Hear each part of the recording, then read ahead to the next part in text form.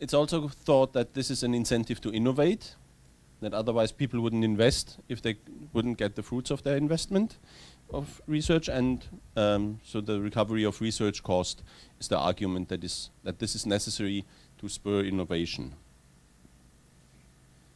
But what's the problem? As I mentioned at the beginning, it is in the end a government-sponsored monopoly. Adam Smith called it a necessary evil, but we should remember it is at heart of it a bit of an evil. Thomas Jefferson warned that this really has to be handled with great care, and that we should think twice before conferring such a monopoly.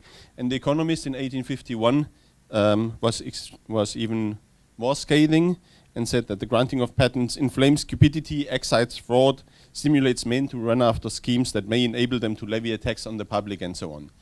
And it's interesting that The Economist still continues to be rather skeptical about intellectual property rights about too much, and that some of these criticisms from 1851 have come true.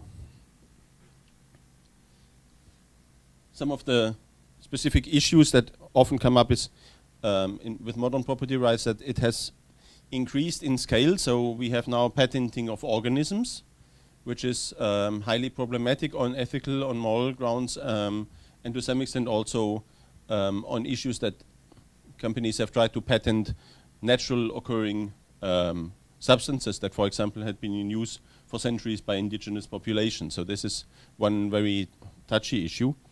We have attempts to patent business processes like Amazon's one-click payment system, where you really think, is this really worth patenting? And we have this issue of companies patenting just narrow incremental variations of a drug or of a process to just keep their monopoly.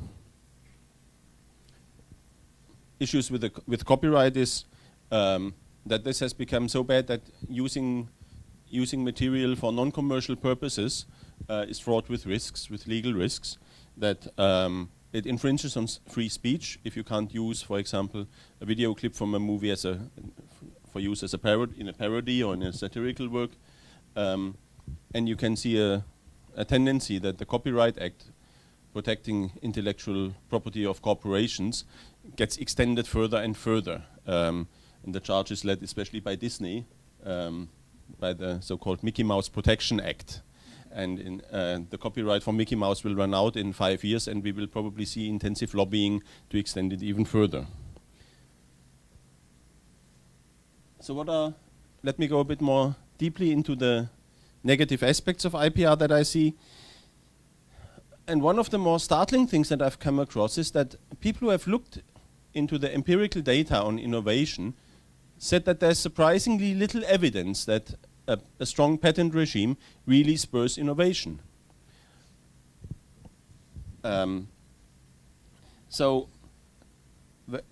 quite a few cases, research has shown that patents are rather the result of innovation, not the cause. That once you have innovated, then suddenly you say, okay, now let's patent things. But the initial spurt, for example, in software development and so on, was done without patents, and afterwards companies start furiously writing patents in order to basically keep a monopoly. So the argument that a strong patent system is really a necessary first condition for innovation doesn't seem to fully hold water. Then when you look at who's really putting the money in research, even in medical research, private companies only come up with about 1/3 of the money for research. A lot of basic medical research is still done in universities or by private foundations, but it's the corporations who reap pretty high benefits, and especially when you look at the American drug pricing system, it's a goldmine for pharmaceutical companies. And lastly, in software, again, when you look, the open source movement and also government public research has been probably as big, if not bigger, drivers of innovation than private companies. We have the issue then that corporate misuse of IPR can impede innovations, because then you have a certain arms race of patent hoarding, patent writing, to make sure that new companies, new innovators don't come up and basically improve on your ideas. An outcome of that is that patent offices are swamped with applications, and they don't have an incentive to really be careful about it. So there's a tendency to grant patents far too fast. And that means you're too quick to condone an evil, namely conferring of a monopoly. So this is I think, is a fundamentally misaligned incentive. IPR really threatens to become corporate welfare. And when you look at the Mickey Mouse Protection Act or the Sonny Bono Act, that was achieved with an enormous amount of lobbying by the media industry. And when you look at American trade policy, there's an enormous amount of lobbying, especially from the media side, to extend more and more IPRs. And one can argue that this is more corporate welfare than really economic rationality. And I would argue IPRs, since they require more and more legal artillery, intrinsically favors big corporations against small and medium enterprises, which traditionally, and especially in Germany, have been the main drivers of innovation. And last slide. So in conclusion, I would say my hunch is that IPRs have gone too far. I wouldn't say to chuck them out completely. I do believe that a basic patent right makes sense. But the way it has developed, I think the negative sides are getting too big. We see some positive signs of pushback. Business process patenting, there's legal pushback against that. So that seems to have been stopped. This was anyway only done in the US. Again, an indication that IPR in the US has become more a source of corporate welfare than of genuine economic rational management. And also on organisms, there has been a pushback to make it clear that only organisms that do not occur naturally can be patented.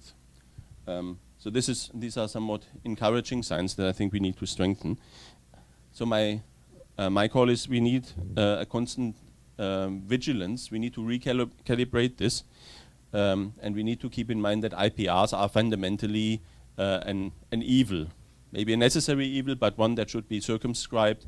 And before granting new areas for patenting and new areas for IPRs, the standard of proof and the standard of scrutiny should be much higher than it is today. Thank you. Thank you.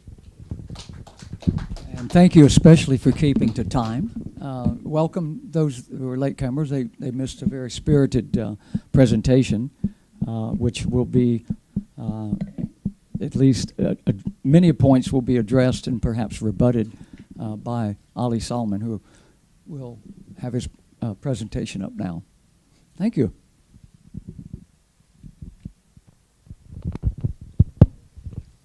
Okay, great. Hello. Thank you, Cris, and thank you, Siegfried, for opening the discussion on IPR. To formally begin my presentation, before I do it, I'd like to at the outset make a sort of a counter argument. What is wrong with monopolies? All innovators, as long as they are not state funded or state supported, are monopolists in the beginning, because innovation means that you have brought about a product for the first time, and by definition you are 100% market shareholder.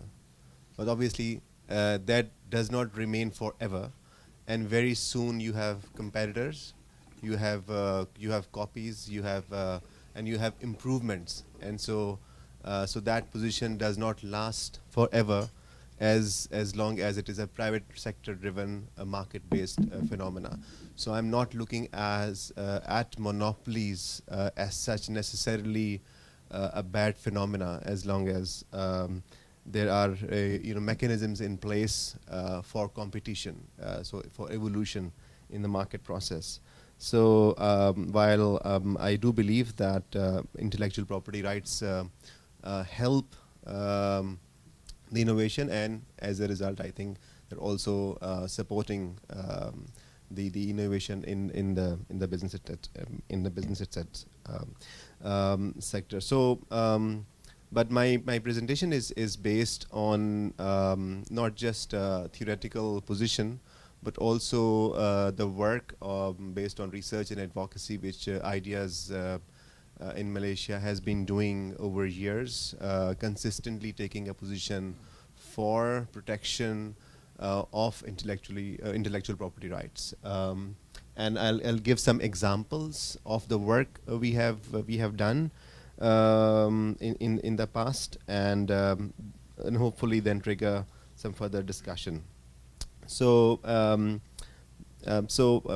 my position is that IPR is important for encouraging, both the investment and also the economic growth in terms of innovation.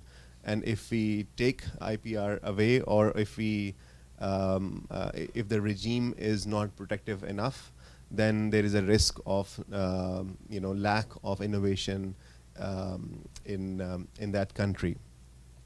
To give you two comparable examples, so let's say in the software industry,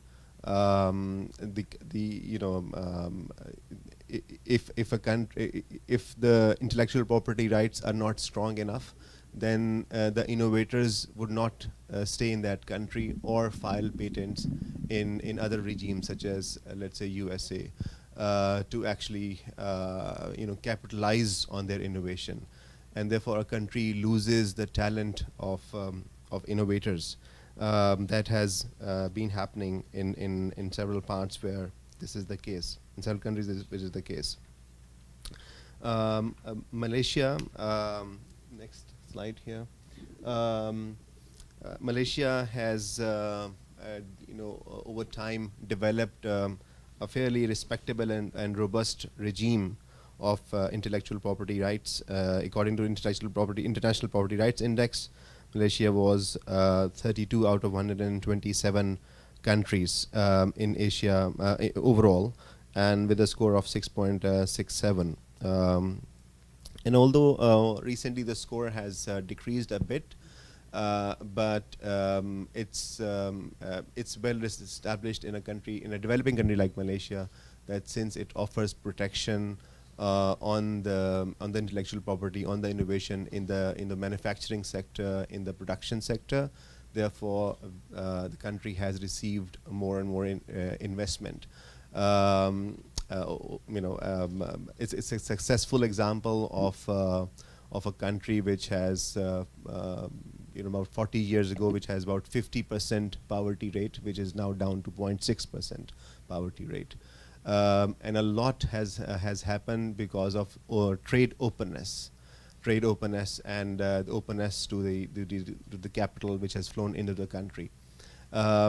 And in this whole economic growth miracle in the Southeast Asia, intellectual property rights have played an important role, although obviously we cannot say that they are the sole factors or contributors to the economic development.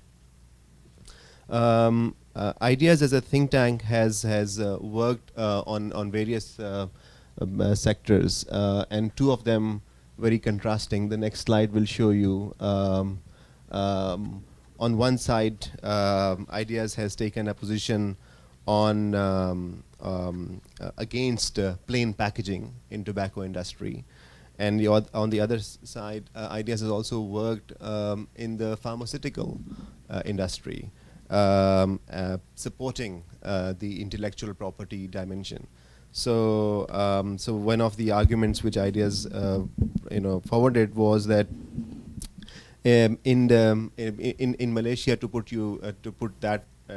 the things in context, the tobacco industry is increasingly becoming illicit. So 57 now about 57% of the tobacco sold.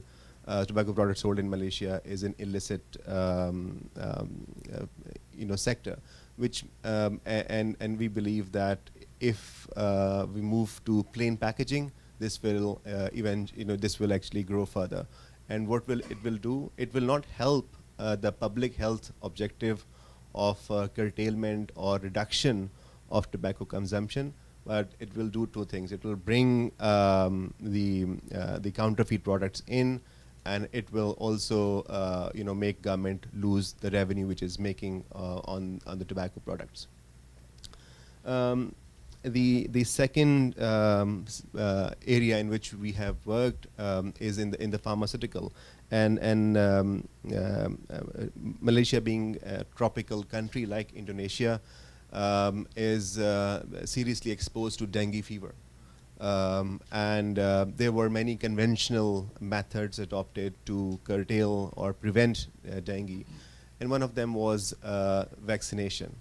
But at the time when the multinational were coming in Malaysia for licensing, the government took a position which did not allow the company to register and get a license, and Malaysia lost that potential leadership in if it had already allowed the necessary licensing for the dengue vaccine. So for instance, this one of the research which we did was concluded the vaccine could save half of Malaysia's 735 million budget which it was spending on prevention of dengue vaccine. The companies would not come if they are not given necessary protection on their inventions in this field. So the next slide will show the titles of some of the publications which we have rolled out in last few years. So first, for instance, the first one, intellectual property rights and health. I'll spend a couple of minutes here. Again, because whenever we talk about intellectual property, we talk about TRIPS, trade-related aspects of property rights under WTO. We often give the example of how pharmaceutical companies are exploiting the IPR protection which they enjoy.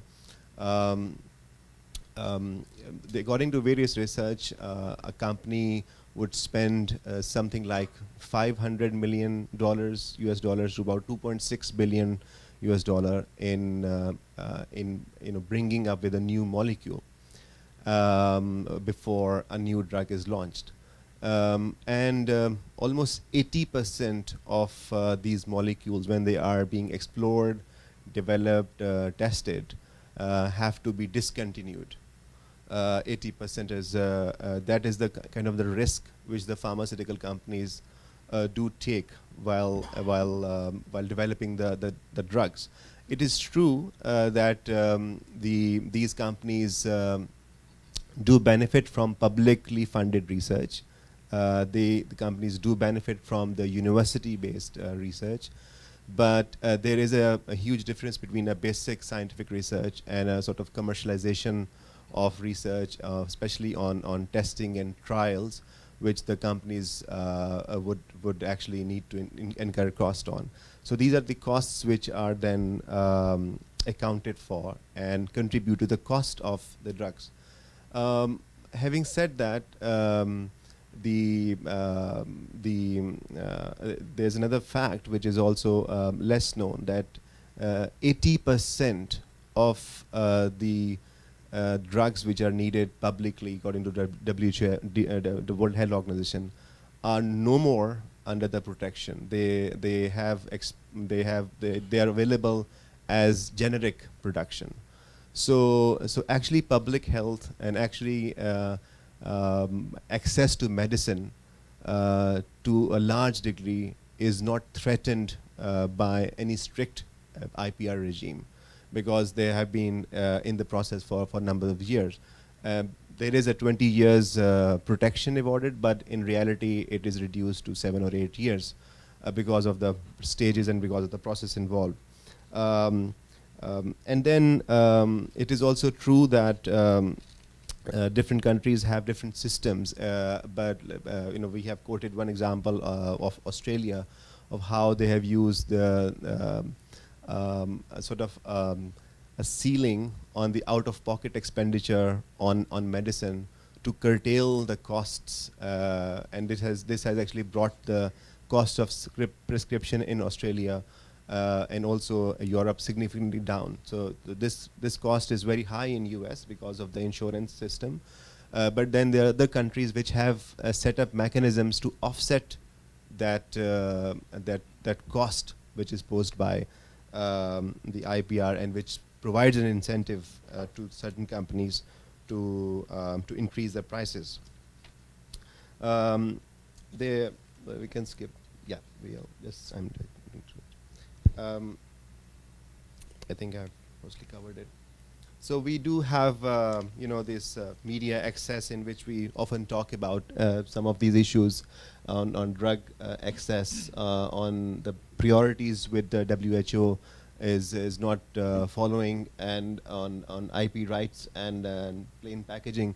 These are some of the very controversial issues which definitely affect the public perception about IPR. We can move to the next one. Next slide. Yeah, so for instance, this slide will show that we are talking about not just innovation, but also access to medicine issue. Obviously, it's a challenge to balance the two between the rights of patent owners who provide innovation, and also making sure that access to medicine is not compromised. But we do believe, and we have shown in our policy reports, that it is quite possible, and different countries are adopting methods to ensure that the IPR and the protection of innovation does not become a hurdle in providing access to the public at large. So to conclude, my point is that IPR and a strong IPR protection is critical to promote innovation, and innovation is key to economic growth. We need more trade openness, and trade openness cannot be guaranteed, cannot be facilitated in the absence of intellectual property rights, and therefore we must strive for a stricter regime for IPR. Thank you. Thank you, Ali. Again, thank you for keeping to time. I think I'm going to use a discretion here. I'll let each of them respond to the others' comments to go beyond their if they're interested. So first, I'll have Sigi offer a few rebuttal remarks, and then Ali can maybe address some specific points that Sigi raised. Is that all right? Okay, Sigi? Yeah, when it comes to the, I'm not an expert on medical IPR issues in detail, but it's on. But there is a tendency of medical companies to basically just make an incremental change to a drug, in order to keep the patent running almost forever. That is one thing. Basically proves that when there's a compelling public need, you cannot allow private monopolies to stand in the way of a dire need. So I think the lobby and I didn't, for time reasons, I didn't go too much into that. But when you look at the political economy of IPRs and the amount of lobbying that companies spend on IPRs, I think there's a strong case to be made to be really, really skeptical about it. Because I think companies are spending, maybe not more, but they spend an outstanding amount on lobbying rather than on research. And I can't shake the feeling that this is more to protect the monopoly and to protect the cash cow than really to protect the legitimate interest. Also litigation. Yes. Yeah. The sort of lawyering up you have to do these days in the US to protect your ass against that is horrendous. So I'm not sure whether this is really still furthering innovation, and whether it's not rather feathering corporate nests. Because when you look at the profit rates of pharmaceutical companies, these guys are not exactly starving. And I speak against my own self-interest because in my hometown we have one of Germany's biggest pharmaceutical companies. So I do like them to be financially viable. But so far I have seen no indications that they're not. Thank you, Sigi. Ali? Just a quick response to this. This process called evergreening, I totally agree. But we have examples like, say, India introduced amendments, and we have reported that in its Patent Act, which actually prevent evergreening. So evergreening is the same concept. Like, okay, we are producing small, like marginal innovations in a product, and then company is allowed to be protected against, on its innovation. So India has actually introduced strong legal safeguards against evergreening.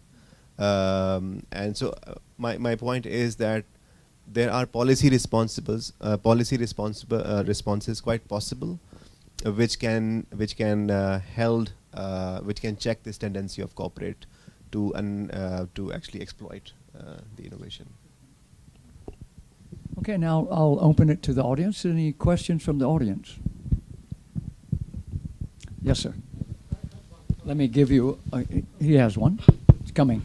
Thank you. I should say, like Sigi, I come from a town that's got a vested interest because it's the U.S. Patent Office is the biggest employer in Alexandria, Virginia. The my question is, you used the sense there should be pushback. I think you used the word should quite a lot, and in the case where there's people are going to die, plainly a government is going to step in. But you've got concentrated benefit in the case of Disney and Mickey Mouse, for example, whereas not many members of the public, people will be concerned if they die from flu, but they're not going to be too concerned about the fact that Disney, they're paying more for Mickey Mouse than they would if the patent expired. So where do you see the redress coming from, or the process somewhere between no individual having enough pain from the Mickey Mouse patent to, on the other hand, people having terror of dying of flu? How does this get redressed? I think especially the US Patent Office has shown a tendency to be too fast in granting patents at the expense of a careful scrutiny. And it has been the courts who have had to push back against this sort of laxity in patent granting. And the US is really I would say, let me put it in value terms, the biggest offender. Because like the Mickey Mouse Protection Act extended protection for 120 years. In Europe, it's a still pretty substantial 70 years. So clearly here, I feel in the US, the whole process of granting patents, the procedure, has been incentivizing the wrong things. And I think this process of granting patents needs to be tightened up. And the first instinct should be to say no for new patents, for new IPRs, and the standard of proof before granting a patent should be tightened far more. And I think the extension of copyright for such a long time also needs to be, in a sense, rolled back. I think 120 years is absurd. 70 years is, I think, more than enough for a monopoly. Because I come from a liberal point of view. It's fundamentally it's a monopoly, and I don't like monopolies. I accept them as a necessary evil for a certain time, but the instinct should be, and the process should be designed in such a way that we see that as an evil, and we reluctantly grant it for practical purposes if we're convinced this is needed. At the moment we are saying, oh, let's grant it and then see what happens, and let the companies challenge it afterwards. And I think that is putting the wrong incentive. So again, as an economist, I'm looking at incentives. How are the incentives structured? And I think at the moment they're structured to provide corporate welfare by granting IPRs too easily, and making the process of challenging them too cumbersome. So that's where I would see the redress coming from. Ali, do you want to respond or go on to another question? Next question? Here in the front. Thank you, Henry. Hi, I just want to ask, how about we approach, okay, when we look at intellectual property rights, do any of you guys think it's more viable to look at this at a patent versus copyright approach? Because a patent is a licensing unit. A copyright is that when you found someone copying your works without adding any value, then you go after that person. So one is asking for license at first. The second one is you find out that someone is copying you, then you go after them. So it's two different approach to protect the same property rights. And not necessarily, because you can. Well, I see both patent and copyrights as a part of the intellectual property regime.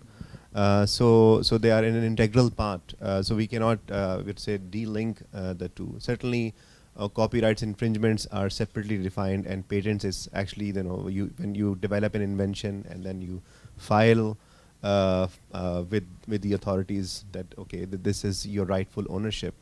So I would not like to sort of de-link the two, and I would like to keep them both as a part of the regime.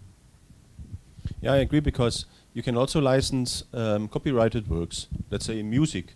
When Madonna wanted to do a new version of American Pie, she basically paid Don McLean for the license to use his song in a different way. But so that's the same as when you license a patent. So I think that distinction is not the real one. The thing is that with copyright, you have a different set of issues. For example, with copyright, you have a lot of cases where people use it for non-commercial purposes, or use just a part of it to create something else. Let's say guys in my hometown using a few clips from Pirates of the Caribbean tell a different story in local dialect, which is really hilarious. It's non-commercial, and yet the US company then cracks down on them like a ton of bricks and goes ballistic and lawyers up, and that's one of these instances where I think this has gone far too far. And the software is sort of a borderline issue, where is that a patent or is that copyright? When you protect software, and there the issue also becomes far more murky when it comes to, because you have the open source movement, you have government-funded research, like the MP3 standard was developed by the German Fraunhofer Institute and has then been commercialized. But then you have things where corporates sort of steal that. The only person who went to jail after the financial crisis in the US was a lowly quant of Goldman Sachs, who had taken some code home. And this was originally open source code, and he was part of this open source movement, and people who worked on this piece of software that was used for trading by a lot of companies. And then Goldman Sachs made some small incremental changes and patented them, and then threw that guy in jail because he had taken that home, like every programmer did. So this is one of those examples where Goldman Sachs basically stole the fruits of the open source movement and was allowed by the US Patent Office to patent that, and I find that is a sort of theft and massive abuse. Okay. Next question. Yeah. You hear me? Yeah. No, I just want to make a comment, because I was studying this in Europe last week. IP is actually part of IC, which is intellectual capital. And when you look at IC, IP is actually a very small part of it. So when you talk about innovation, innovation is actually driven by IC, in which part IP is inside. And when you look at European companies, especially SMEs, and we have about 22 million SMEs in Europe, very few actually register at Fraunhofer or France Brevet, and you see less and less because they don't see the value. Today, the overall value is in your IC. And so there is much less focus now on registering, actually. So that's a very interesting trend, which is good for us because it shows that, the IC not being free, there is no, nobody is registering your IC. Sorry, just a comment on that. Interesting point. Any question? Here we are. Thank you. Ziggy, I'm interested in your analogy about government licensing and patents being essentially a government-issued monopoly business. I'm wondering if you were to draw the comparison to physical property rights, that too being then a government monopoly where stamp duties and land tax and regulations around that. And I'm just wondering if you could tease out how you differentiate just the rule of law being applied around rights versus a government issued monopoly. Okay, thank you. Well, in the case of land or physical assets, the use is exclusionary. If only one person can use a piece of land. And yes, property rights on land are also government structured and to some extent enforced, but they're in that sense also much more, you can say, natural rights, that people very often don't register them, and their rights are recognized even without government recognition. Like when you look at Hernando de Soto's work on Indonesia, on land titling for the poor, you find that large parts of the world, especially here in Asia, are not covered by formal property rights. But it has never been really much of a problem because everybody in the community knew whose field was whose. Simply because it's a traditional system where everybody sort of has delimited the rights by common usage because it's exclusive. So you don't necessarily need a government system to have property rights recognized. They're much more organic, whereas IPRs are not organic. Anyone can use a particular idea, a creation of the mind. So there, the need for basically a government-conferred monopoly and for enforcement of the same is far more pressing. I mean, you see that especially now with the internet, because anyone can copy music or films or books, but you can't copy your piece of land the same way. So that's where I see the difference. We can argue that it might be an issue of degree, but there's certainly a strong difference. Would you like to reply to the prior comment or this question?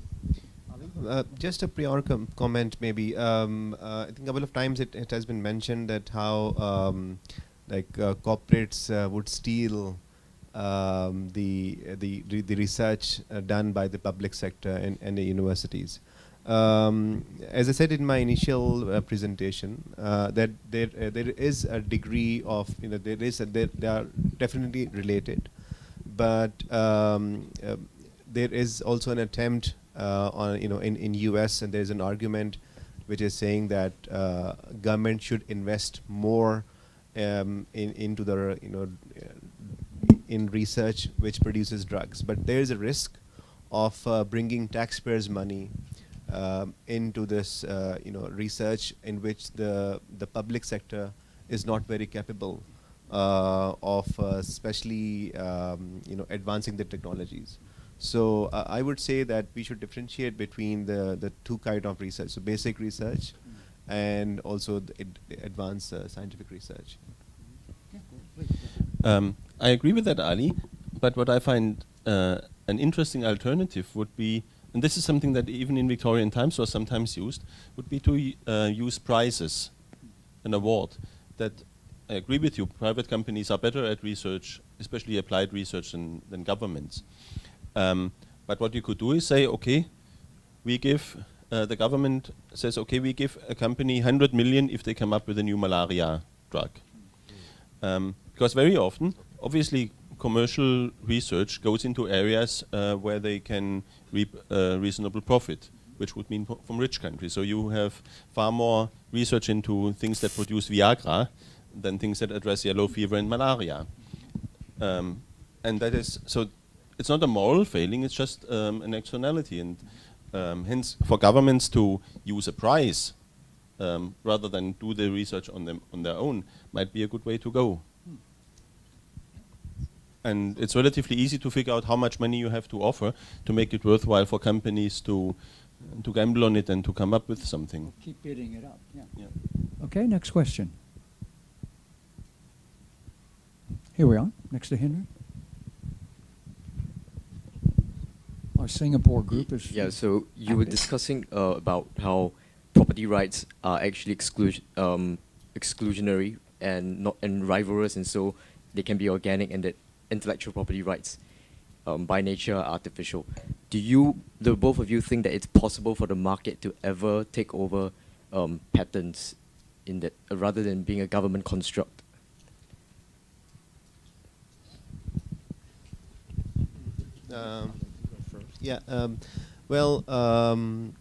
When I defined intellectual property, I, of course, introduced the role of the government as a third party who would actually regulate and who would actually sort of guarantee the protection against infringement of the copyrights which the original patent holder hold. So I would, so therefore I would argue that in the future also we will need a government, or we need like a regulating agency independent of the market, which can then decide, given the policy, whether it's an innovation worthy of intellectual property rights or not. So therefore, I would not like to. I would not like to comment. I would not like to conclude that the markets are autonomous in deciding the intellectual property in that sense. In one word, no, because the property rights, including intellectual property rights, are precondition for the market. You can't have a market without knowing who owns what. You can't exchange goods if you don't know who, whether you own them or whether the guy you buy it from owns them or not. So in that sense, they are outside of the market. The market doesn't provide property rights. They're provided either by a, by a community sort of understanding. This is his house and this is his land and this is his wheat, or by a government-structured property rights regime that we have now, nowadays. But they have to come before the market. You can only trade once you have some sort of recognition of property rights and an understanding of contract rights, contract freedom, and contract enforcement. Okay. So the market is just a decision-making rule. It's not a. It doesn't provide everything. It's just a process of regulating the exchange. But the property rights come before that. Good point. Next question. Do we have? Well, let's see if someone else first. Any other? I'm open to bids. Oh, here we are. Sorry, you've had one, so. Thank you very much. Very interesting discussion. One comment which I realized living in Singapore in the last 6 months, I think IPOS, Singapore government authority, decided to to release the property, intellectual property, which has not been used for last, I think, 4 years or 5 years, and then they have to put it through the market. I think this is very, very fair movement, and I wonder if there is any other governments in the world doing that. And also another point, which could be very silly, but pharmaceutical is a kind of special area. But other than pharmaceutical, do you think there is any possibility for intellectual property go into free market, means like a stock exchange? People just write down the details of intellectual property market and put it into the market and let any people who wants to use it pay for that, to make absolutely free market, and market decide on how much they will pay for that at this point. Do you think this is possible? Well, it seems on the first point we found an agreement, so that's a nice thing. Would you like to address the second point? Okay, if you have a comment or response. I know the first point. I don't know of any other government, but I think it's an important step, because there's this tendency of patent hoarding, sort of defensive patent. You make a patent, you have no intention of using it, but you want to block everybody else from using it. So that Singapore then stops that misuse is a good idea. And I think that's one of those process changes that we should have. Nice point of agreement. But the second point, it's an interesting idea. I mean, we already have the licensing of intellectual property right, so this takes that idea a bit further and makes it more into a market. Sounds plausible on the face of it. Okay. Ali? No, I think this is consistent with my initial thought that there could be certain policy responses of a government. I gave you example of how Government of India introduced an amendment into the Patent Act. But I'm saying that these safeguards can be placed. So let's say if you're giving example of Singapore is definitely an example worth following, that the patents are actually used for innovation and used in the business itself, and they're not created just in as a mechanism. Yeah. Okay, opening bid again for a question, or we go back to another question? Anyone? Okay. Siggy, you made the comment that there's limited evidence about strong international intellectual property rights actually spurring innovation. In fact, it often hinders it. And I work in software, and I tend to sort of agree that you see open source being where all the innovation's happening. So I'm wondering if Ali would like to respond. Does he have any sort of examples of really strong intellectual property rights spurring on innovation? Thank you.